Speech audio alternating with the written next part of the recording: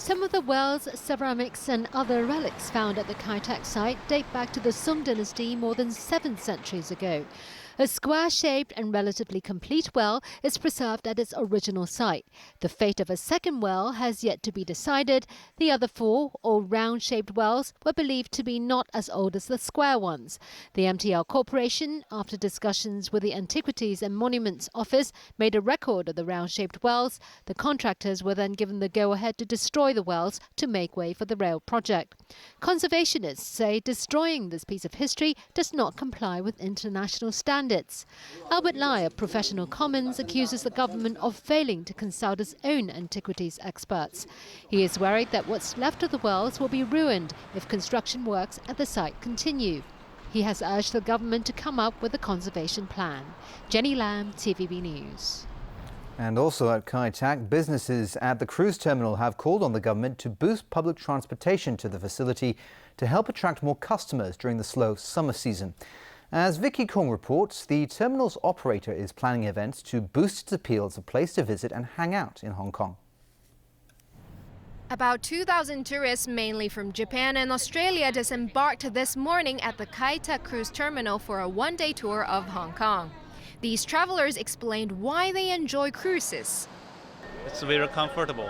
You have enough time in the cruise, and you won't feel very tired. Lots of events in the cruise, so very fun. And with baby, so very easy.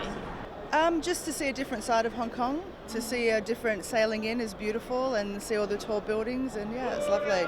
We're going to plan to do a spa, a massage, maybe take a little lunch, just relax. But with the typhoon season approaching, the next ship won't berth until September. The terminal's operator said it will host exhibitions to attract more visitors during that slow period.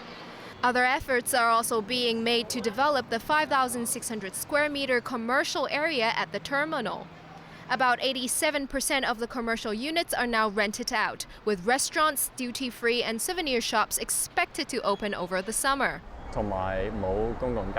Managing director of the terminal operator Jeff Bunt says compared to a year ago, it's easier to find renters now because the terminal receives more bookings from cruise lines.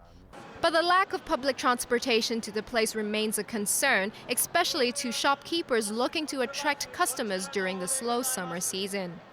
At the moment, there's only one minibus route running between Kowloon Bay and the terminal. The operator has urged the government to add temporary ferry routes between the terminal and Central, making it easier for people wanting to get there.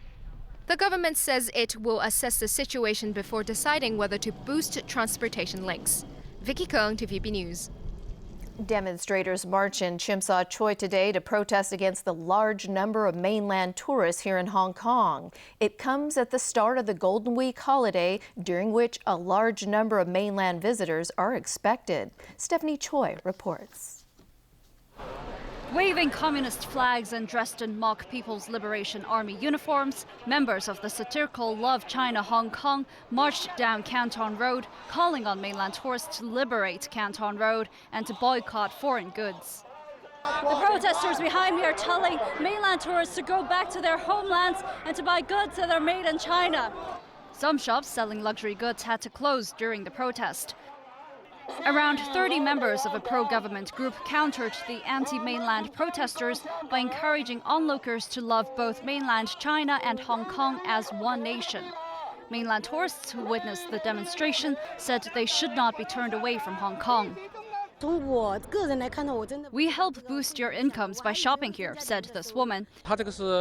This man suggested it was simply a matter of supply and demand, referring to the shortage of infant formula, which some say is caused by mainland shoppers.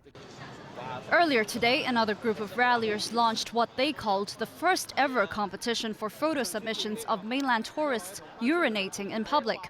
A local citizen and a mainland tourist accused them of discriminatory behavior.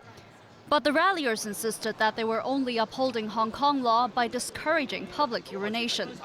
Stephanie Choi, TV News. The Center for Health Protection has warned travelers to the Middle East against coming into contact with camels. Camels are among the animals that are known to carry the virus responsible for Middle East Respiratory Syndrome, or MERS. Jenny Lamb reports. More than 300 cases of the Middle East Respiratory Syndrome have so far been reported around the world. World Health Organization figures show that the SARS-like disease has surged since March. More than 50 cases were reported last month.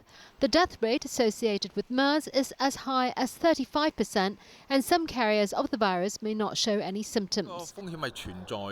Leung Ting Hong, controller of the Center for Health Protection in Hong Kong, says travelers to the Middle East should avoid coming into contact with animals. He has urged travel agencies to stop organizing camel rides because the animal is known to carry the coronavirus responsible for MERS. Secretary for Food and Health Ko Wing-man said today there were 2 recent cases of MERS that had spread from the Middle East to Southeast Asia. He said Hong Kong needs to step up its vigilance against the disease. Executive Director of the Travel Industry Council, Joseph Tung, said camel rides are popular with visitors to the Middle East, but given the risk of MERS, many member agencies of the council have now switched to horse riding instead. Jenny Lamb, TVB News. All right, Tony, what do you have for us on this fine holiday? We have football to start off with and an all-Madrid final in the Champions League. Well, Chelsea were bowled over on home turf last night as Atletico Madrid proved too good for the Blues in the Champions League semi-finals. The result sets up a final clash between Atletico and local rivals Real Madrid. It's the end of the road for Chelsea, who saw their Champions League hopes go up in smoke against Atletico Madrid at Stamford Bridge last night. Former Atletico player Fernando Torres put the Blues ahead in the 36th minute, but Adrian Lopez levelled just before half-time.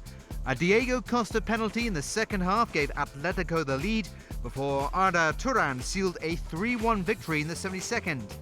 The reward is a date with local rivals Real in the final, and Chelsea boss Jose Mourinho admitted the 2 Madrid teams have consistently been the best in the Champions League this season. Probably yes. I didn't see every game, I didn't analyze every team, but probably yes. Real did a good group phase and was in trouble in Dortmund, but after that with Bayern had complete control of the situation. Atletico arrives to the final without one single defeat. I think I'm right. They didn't lose one game. So I have to say probably yes. For the second night in a row, it was party time in the Spanish capital as Atletico fans poured onto the streets to celebrate the famous victory. Not only are Atletico poised to win Spain's La Liga for the first time since 1996, a triumph over Real in the Champions League final in Lisbon on May 24th would secure their first European Cup. On to basketball now, and the San Antonio Spurs have regained the edge in their NBA playoff series against Texan rivals, the Dallas Mavericks. The San Antonio led throughout in beating Dallas 109-103, led by Tony Parker, who played despite the early morning birth of his first child. Parker scored 23 points while Manu Ginobili had 19 points. Afterwards, San Antonio's head coach paid tribute to Parker for staying focused, while the biggest moment in his life was happening away from court. I think his child is a little bit more important than the game, but he managed to do them both. He was magnificent for us. And last but certainly not least, the famous United Buddy Bear exhibit made its way to the shores of Rio de Janeiro for the 2014 World Cup in Brazil.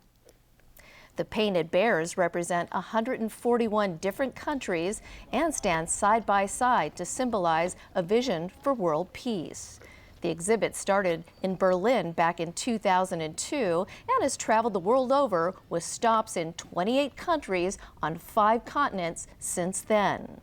The charity that runs the exhibit says more than 30 million people have seen the bears, and it's raised more than $2.8 million for UNICEF and for local children's relief organizations. And that's our news. Thanks for watching. Good night.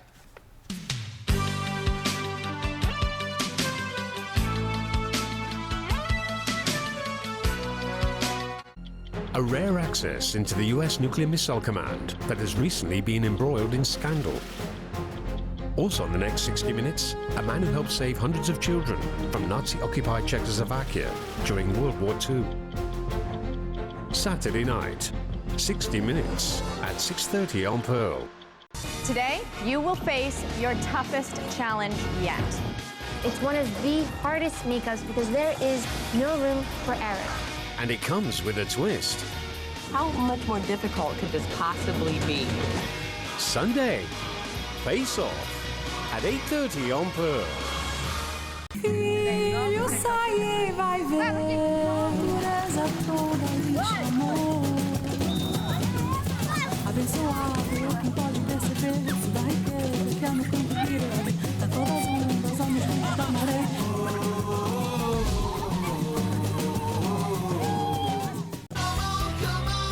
Sun Life Financial presents The Weather Report is brought to you by Sun Life Financial.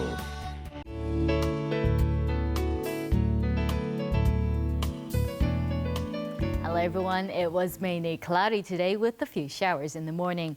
At 5 p.m. initially airstream was affecting the coast of Guangdong. Up until 5 p.m. today's temperatures ranged from 21 to 25.3 degrees. And the current temperature is 23 degrees Celsius. 2.8 millimeters of rain has been recorded since midnight. So Freddie has the weather tomorrow.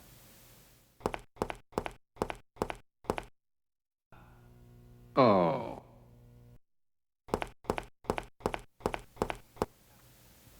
Mainly cloudy with sunny intervals. Temperatures will range from 22 to 26 degrees. There will be some rain in the next few days. Tomorrow's air quality health index will range from low to moderate. And the maximum UV index forecast for tomorrow will be about 7. Now, here's the latest global weather update. Cloudy in Shanghai and Xiamen, showers in Taipei. Cloudy in Guangzhou and Chengdu, showers in Macau. Sunny in Beijing, Seoul, and Tokyo. Thunderstorms in Bangkok and Manila. Rain in Ho Chi Minh City. Thunderstorms in Kuala Lumpur and Singapore, showers in Jakarta. Thunderstorms in New Delhi, sunny in Karachi and Mumbai. Sunny in Cairo, showers in Nairobi. Thunderstorms in Brisbane, sunny in Sydney, showers in Melbourne, sunny intervals in Auckland. Sunny intervals in Toronto, showers in New York. Sunny in Vancouver, San Francisco, and Los Angeles. Cloudy in London and Frankfurt, showers in Paris and Zurich, sunny in Amsterdam. And that's the weather. Have a great evening. It was brought to you by Sun Life Financial. Life's brighter under the sun. Have you ever been surprised by the unexpected? Yep, the world is a quirky place full of fascinating curiosities. And Don Pollock is here to explore it. Starting tonight, Don Pollock's World, Exploring Quirky, at 9:30 on Pearl. What do you see when you look at a painting? What are you supposed to see? Embark on a highly visual journey of exploration to get an exciting perspective on how to truly appreciate the world of painting. Friday, Delia's School of Canada presents How to Look at